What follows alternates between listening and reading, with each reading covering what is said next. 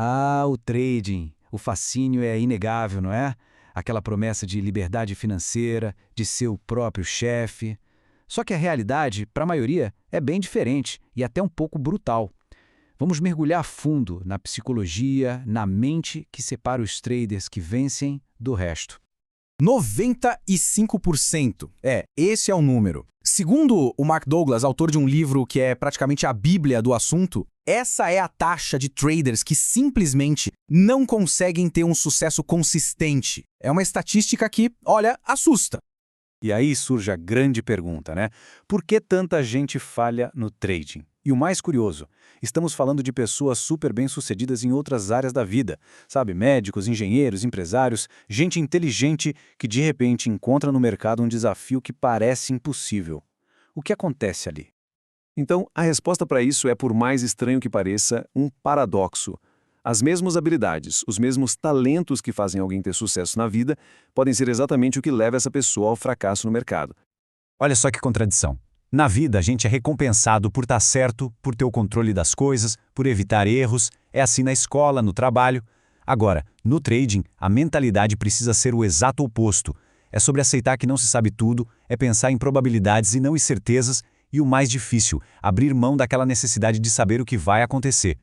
E aqui entra uma das maiores armadilhas psicológicas do mercado: a liberdade. Parece ótimo, né? Liberdade total. Mas, para uma mente que não está preparada, essa liberdade toda é um perigo enorme. E o Mark Douglas resumiu isso de um jeito genial. Ele diz que possibilidades ilimitadas, exploradas com liberdade ilimitada, criam desafios psicológicos únicos. Pensa bem, o mercado não tem regras fixas, não tem um chefe, não tem começo, meio ou fim. É um fluxo constante. E isso pode ser desorientador. E essa falta total de estrutura nos traz de volta para a palavra paradoxo. O trading é cheio deles. Ele parece oferecer liberdade total, só que essa liberdade exige uma autodisciplina interna gigantesca, que a maioria das pessoas simplesmente não foi treinada para ter.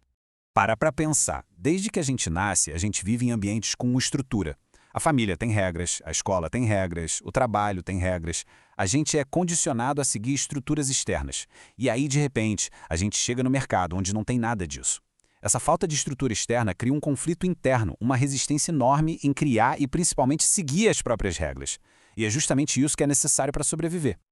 Tá, então se o problema não são as habilidades que a gente já tem, e nem a estrutura do mercado, onde é que está o problema? Bem, o grande ahá, o momento da virada, é perceber que a fonte dos problemas de um trader é interna. A grande virada de chave é entender o seguinte: o mercado não cria os seus sentimentos. Ele apenas funciona como um espelho, refletindo o que já existe aí dentro. O medo, a ganância, a euforia, tudo isso é projetado em cima de informações de mercado que, no fundo, são só dados, são neutras. Esse ciclo do medo costuma funcionar mais ou menos assim. Primeiro, existe um medo interno de errar ou de perder dinheiro. Daí, esse medo é projetado nos movimentos do preço no gráfico.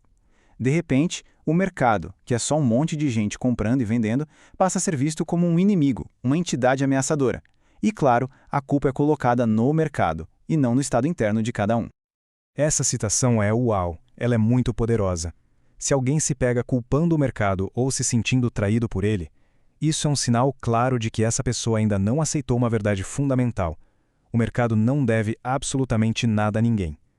Assumir 100% da responsabilidade pelos resultados é o primeiro passo, a base de toda a mudança. Ok, então, se o problema está dentro da gente, como é que se conserta isso? Como se desenvolve a mentalidade certa? A solução está numa analogia muito poderosa. Pensar como um cassino. A diferença aqui é gritante. Olha só, o trader típico foca no resultado de uma operação. Ele sente que precisa saber o que vai acontecer em seguida. Já o cassino, ou o trader profissional, foca no processo ao longo de uma série de operações. O cassino não precisa saber o resultado da próxima rodada da roleta. Ele confia na sua vantagem estatística, a edge, que funciona ao longo do tempo. E o resultado disso? Consistência. Para conseguir pensar como um cassino, é preciso internalizar de verdade estas 5 verdades fundamentais. Elas libertam daquela pressão de ter que estar certo. A primeira, qualquer coisa pode acontecer.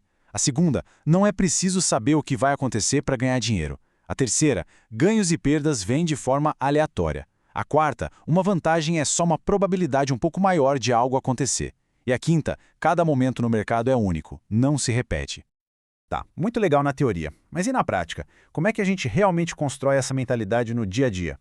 Vamos ver os passos práticos para essa transformação.